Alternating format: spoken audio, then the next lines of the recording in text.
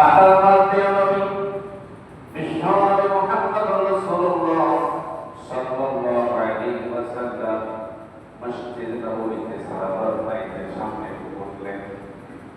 সাহাবার মাইদের উদ্দেশ্যে লক্ষ্য করে বললেন,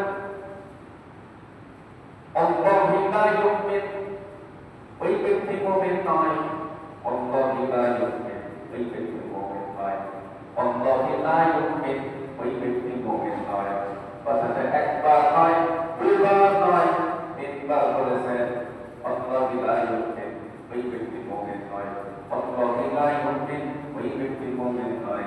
আল্লাহু লা ইউমিন, ওই ব্যক্তি মুমিন নয়।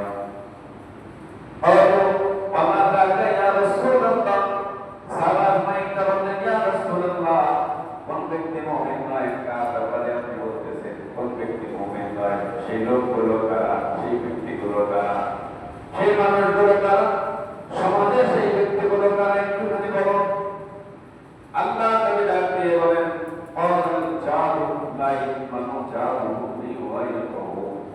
আল্লাহ নবী বলেন, ওই ব্যক্তি মুমিন নয় যার হাত থেকে তার প্রতিবেশী নিরাপদ নয়।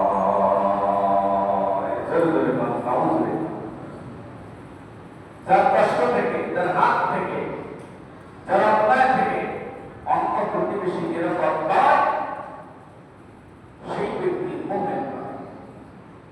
তার মানে বোঝা গেল, আমি যদি হাজি সাহেব হই, আমি যদি মসজিদের ইমাম হই, আমি যদি মসজিদের মুয়াজ্জিন হই, আমি যদি টাকাওয়ালা হই, আমি যদি বাড়িওয়ালা হই, আমি যদি গাড়িওয়ালা হই,